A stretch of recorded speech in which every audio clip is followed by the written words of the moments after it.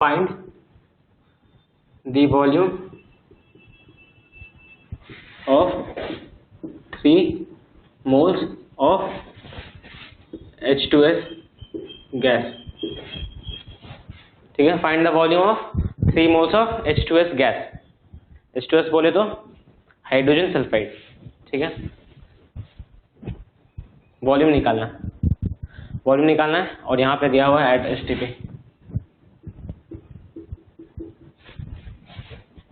Eight STP, ठीक है, STP भी निकालना है। तो हमको पता है कि मोलर वॉल्यूम क्या होता है? Volume occupied by any substance at STP।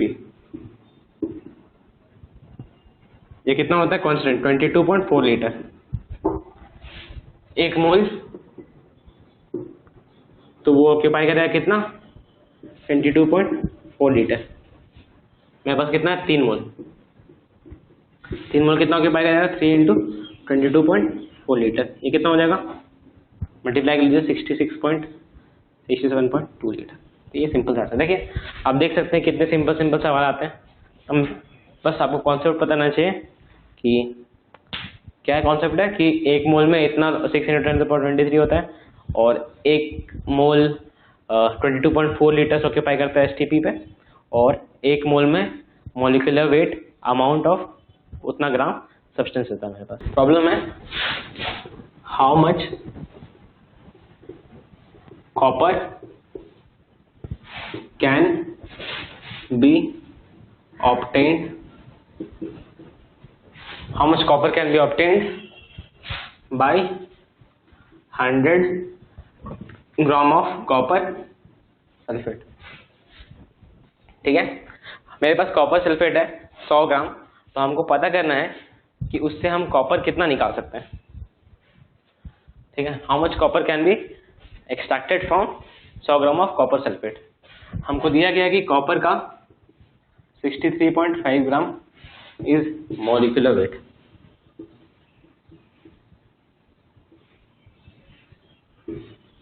ठीक है, मॉलिक्यूलर वेट दे दिया हमको 63.5 और ठीक है बस।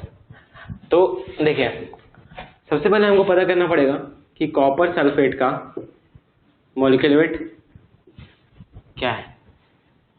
ठीक है, जब भी ऐसा कोई भी सवाल बनाते हैं तो आपको मॉलिक्यूलर वेट निकालना पड़ेगा, जो भी चीज़ आपको निकालना। तो मॉलिक्यूलर वेट कैसे निकालेंगे इसका? तो कहते हैं atomic weight of copper plus atomic weight of sulphur plus atomic weight of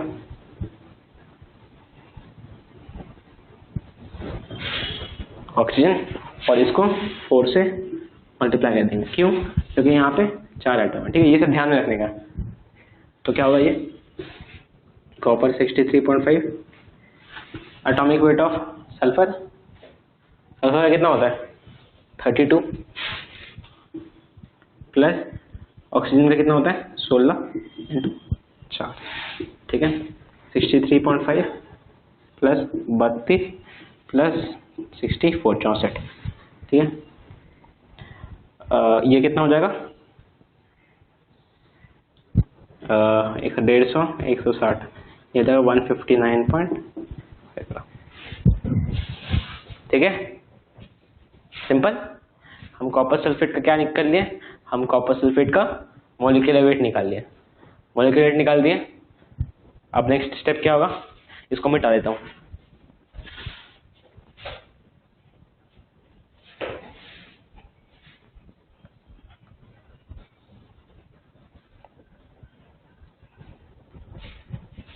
ठीक है, मॉलिक्यूलर वेट निकाल दिया मैंने 63.5 ग्राम।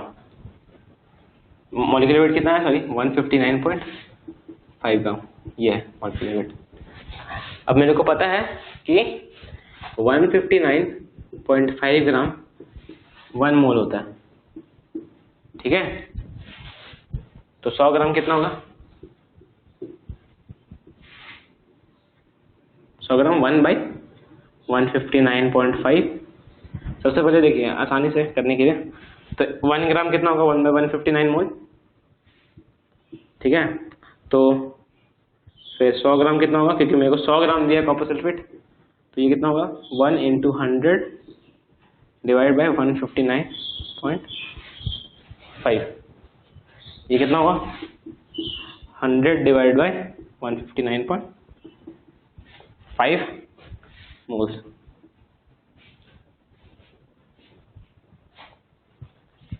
मतलब मेरे को पास जो कॉपर सल्फेट है, मेरे पास कितना मोल्स है? 100/159.5, ठीक है।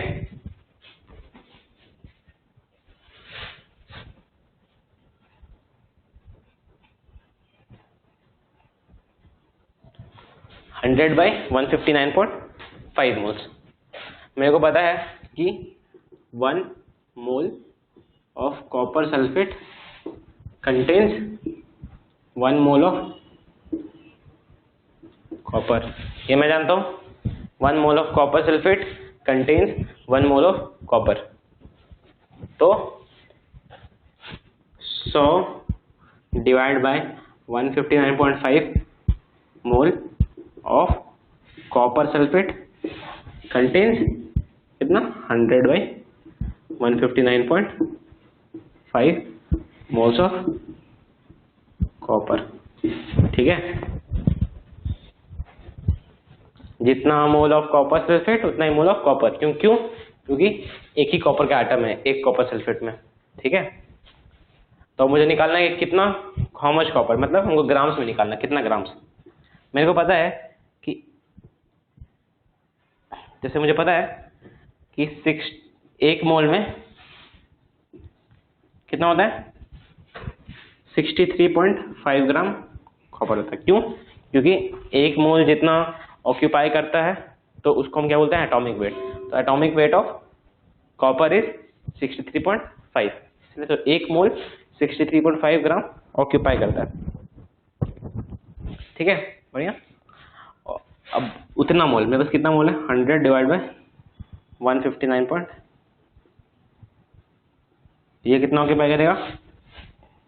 63.5 डिवाइड बाय 159.5 इंटू 100। तो ये कुछ ग्राम्स में आंसर आ जाएगा, ठीक है, सिंपल। और अब अगर मुझसे यहीं पे पूछा जाता, तो ये क्वेश्चन में थोड़ा मॉडिफिकेशन ला देते हैं हम लोग।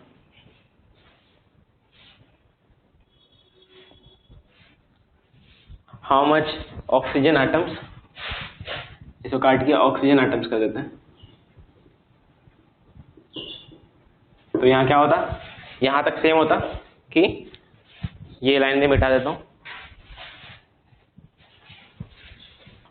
1 मोल ऑफ, ठीक है, अब देखिए 1 mole of copper sulphate is equal to 1 mole of copper, और यहाँ पे क्या देखो 1 mole of copper sulphate is equal to कितना? 4 मोल ऑफ ऑक्सीजन एटम्स, ठीक है। 1 mole of copper sulphate is equal to 4 mole of copper atoms, ठीक है। तो मेरे पास कितना था? 100/159.5 moles of copper sulphate is equal to 4 into 100/159.5 moles of oxygen atoms. तो मास कितना हो जाता? मुझे पता है कि 1 मोल में 1 मोल ऑक्सीजन एटम इंप्लाइज कितना? 16 ग्राम। तो 100/159.5 ग्राम में कितना होगा?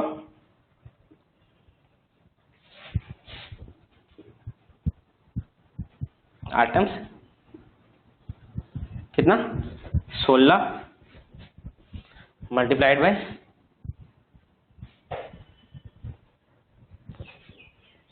यहाँ 400 होगा, क्योंकि यहाँ पे 400/159.5 आता है यहाँ पे, इसीलिए 400/159.5 आ जाएगा। 16 इंटू 400/159.5, तो ये आंसर हो जाएगा मेरा। समझ में आया? आंसर पे ज़्यादा हम गौर नहीं करेंगे, हम कॉन्सेप्ट पे गौर करेंगे कि कैसे निकल रहा है। ठीक है, यही चीज़ आपको यूज़ करना है एग्जाम में। ठीक है, समझ में आया आप लोग को? यहाँ पे 4 है, इसमें CuSO4 होता है, मतलब ऑक्सीजन के 4 एटम है, इसलिए 1 मोल कॉपर सल्फेट में 4 मोल ऑक्सीजन होगा। यहाँ पे कॉपर 1 एटम है, तो 1 मोल कॉपर सल्फेट में 1 मोल कॉपर होगा। सल्फर का बात करें तो 1 मोल कॉपर सल्फेट में कितना सल्फर होगा? 1 मोल।